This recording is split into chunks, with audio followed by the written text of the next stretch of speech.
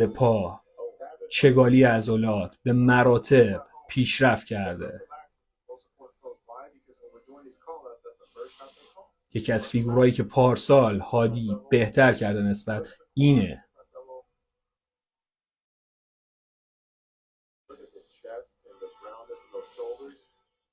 شونای گرد، سینای پرفیبر از هادی.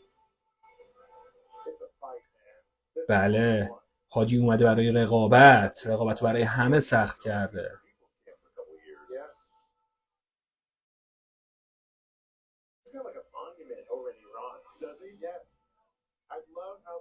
یکی از فیگورایی که پارسال به هادی انتقاد شد فیگورای پشت بود.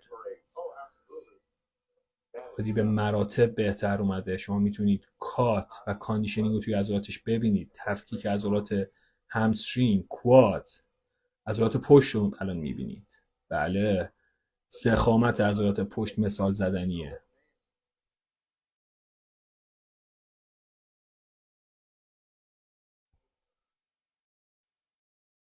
بازوهای گرد، شونه‌های گرد، سینه‌های گرد، قاب شکم عالی، عضلات موربی کات و کاندیشن، وکیوم خوب.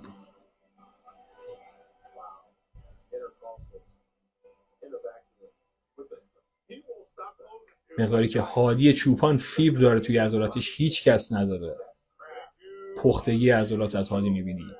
نفر 17 مثل المپیای 17 اومده برای دفاع از عنوان قهرمانی سال گذشته خودش.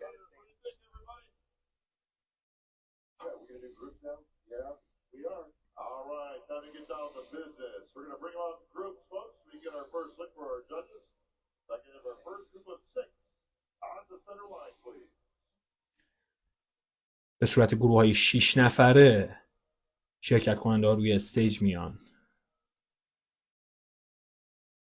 دوستان بیشتر از 39,000 نفر توی لایو هستن. این لایو رو برای دوستاتون بفرستید. این مسابقه گرگ پارسی رو همه با هم بتونیم تماشا کنیم. من امیر فلکس هستم و از همه شما تشکر میکنم برای حضورتون توی لایو ما.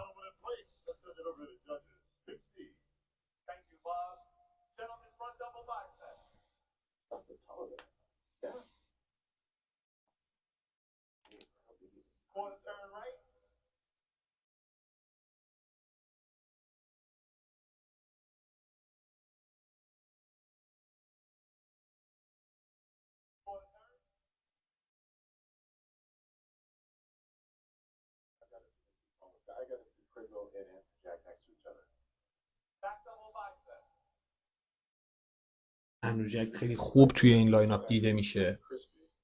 همینطور کریزو. رقابت خوبی رو فکر کنم بتونن این دو شرکت کننده امشب با هم داشته باشن.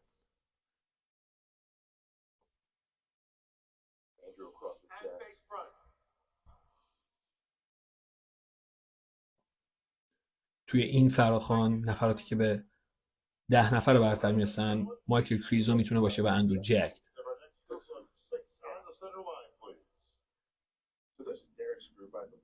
6 نفر بعدی روی استیج قراره بیان. نفر اول سامسون، تونیو، ریگن گرایمز، تیو، دریک لانسفورد و رومن فریدز به ترتیب روی استیج میان.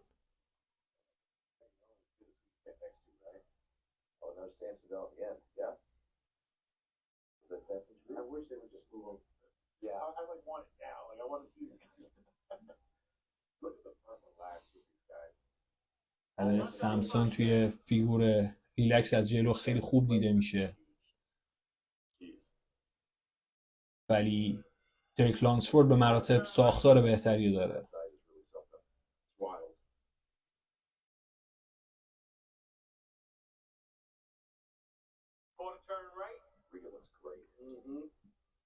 من بعید میدونم که سامسون دردا بتونه کاندیشنینگ توی پشت رو بیاره و رقابت کنه با هادی و دریک.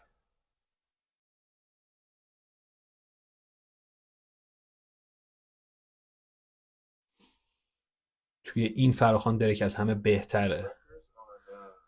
اول دریک بعد سامسون. دریک و سامسون هر دو میتونن توی تاپ 5 وایسن.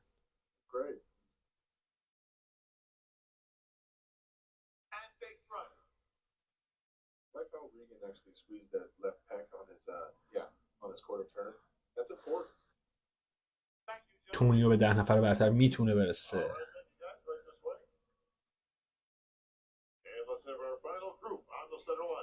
و آخرین گروه روی استیج میان برای گرفتن امتیاز. نفر اول چارلز گریفن، برندن کوری، هانتر لبرادا، تیو، هادی چوپان.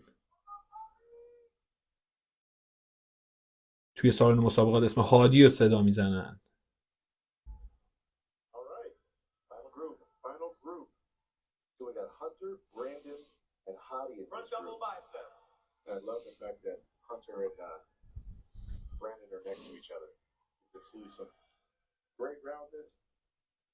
بله، هادی چوپان اصلا توی یه دونه لیگ دیگه است توی این فراخوان. هانتر و برندن کوری خیلی خوب دارن با هم دیگه مقایسه میشن و فکر کنم توی این مسابقه بتونن رقیبای هم باشن.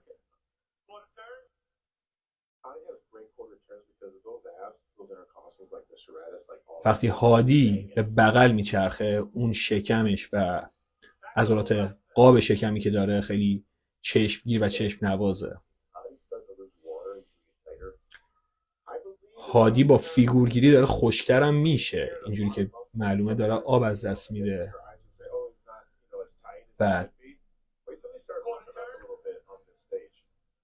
بعد ببینیم چه جوری دیده میشه. هادی فکر کنم بعد هر فیگوری که میگیره داره خشک‌تر میشه. عضلات شکم و موربی هادی یه لول دیگه است. همینطور عضلات پا اصلا قابل قیاس نیست.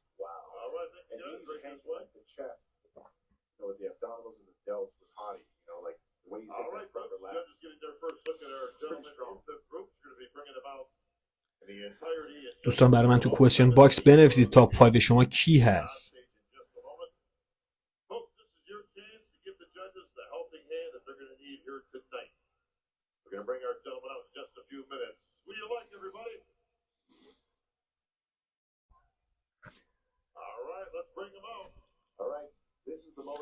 دوستان دارید به گزارش مصر المپیای 2023 دسته اوپن تماشا میکنید.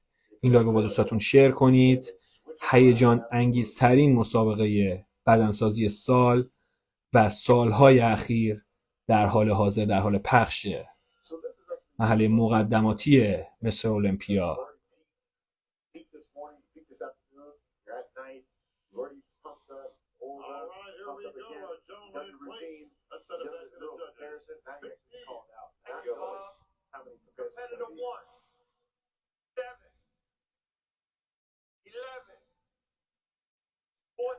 فراخوان اول رو روی استیج میبرن. بله میبینید ریک لانسفورد، هانتر لبرادا، برندن کوری، هادی چوپان و سامسون داودا. اندرو جک تو همچنین میبینید اونجا. 5 نفر برتر، 6 نفر برتر مسابقات مصر المپیای 2023 راند مقدماتی. بلا فاصله هادیو میذارن وسط، جاشو با هانتر لبرادا عوض میکنه.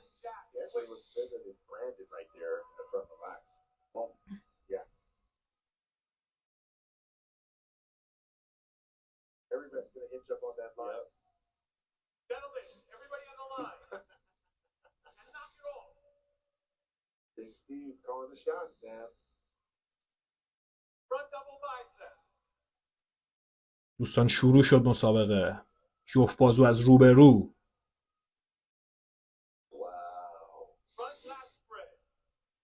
زیر بغل از روبرو.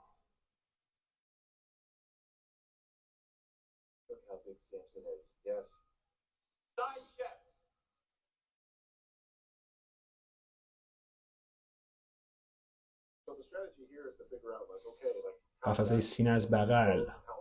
هادی چوپان داره عضلات پا رو فیکس میکنه. بله. فیگور جفت بازو از پشت.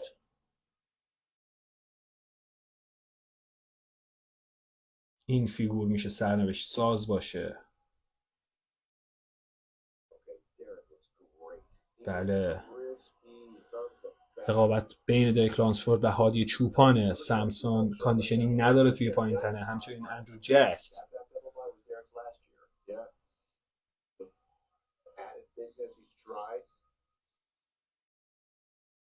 زیر بغل از پشت. این فیگور مال هادی چوپانه بدون شک.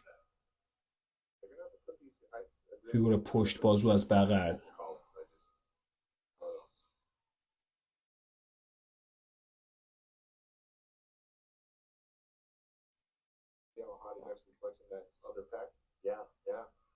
هادی فیبر سینه رو نشون میده توی این فیگور و این کاری که کسی نمیکنه معمولا.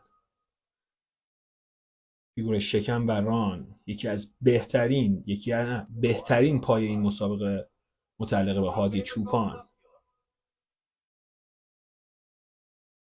فیگور جمع.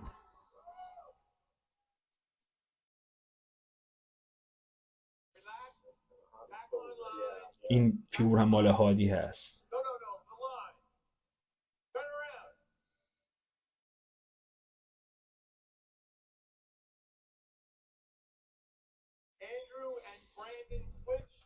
بله، جای برندون و اندرو رو جا به جا میکنن.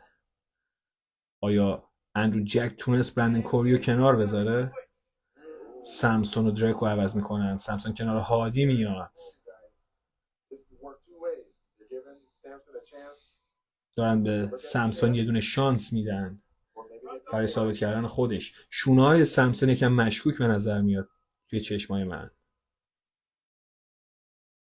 جفازو از روبرو.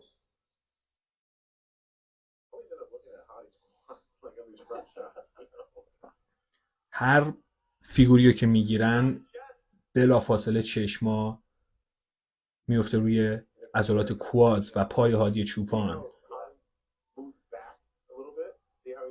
هادی چوپان خیلی خوب توی این پوز میشینه، توی این فیگور میشینه.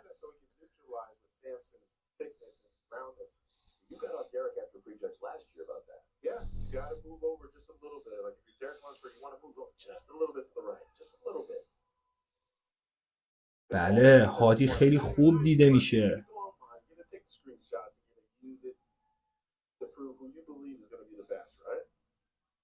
سامسون به مراتب از هادی بزرگتره ولی اینجوری دیده نمیشه.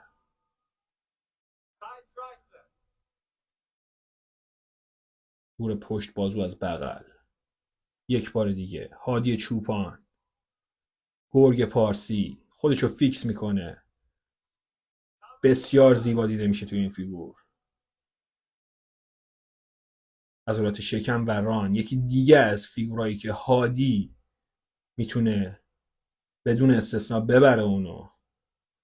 پختگی عضلات شکم. و یه پوز دیگه که هادی خیلی خوب و بدون شک میبره این فیگور موسماسکولر یا جمع هست. میتونید شما دنسیتی فیبر عضلانی رو توی سینه هادی ببینید.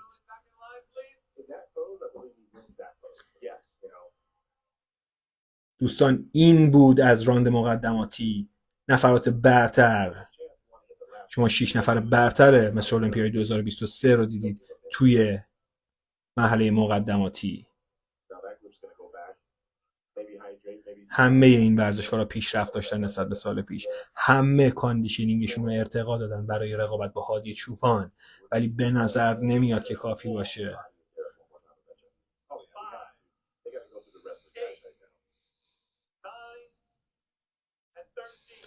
فراخوان دوم روی استیج میاد. نفرات 7 تا 12.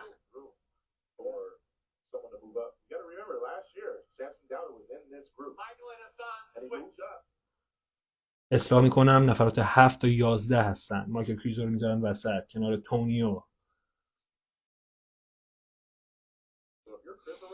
مایکل کریزو بهترین بدن رو داره توی این فراخوان.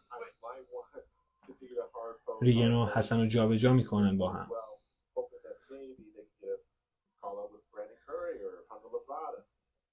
ساختار بدنی ریگن به مایکل کریزو نزدیکتره.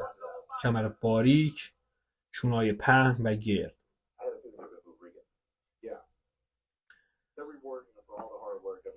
مایکل کریزو به مراتب پیشرفت کرده نسبت به سال پیش. بازوی مایکل کریزو رو توی این مسابقه کسی نداره.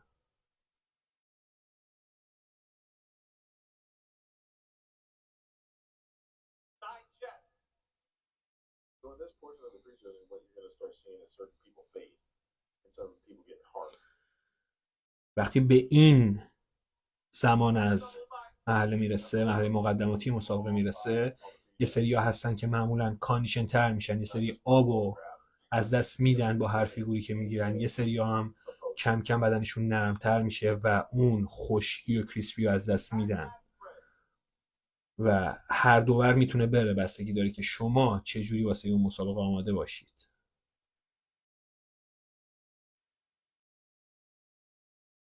ریگن خیلی خوب دیده میشه اینجا. ریگن میتونه توی 10 نفر برتر باشه. ریگن میتونه حتی بین 7 و 8 باشه.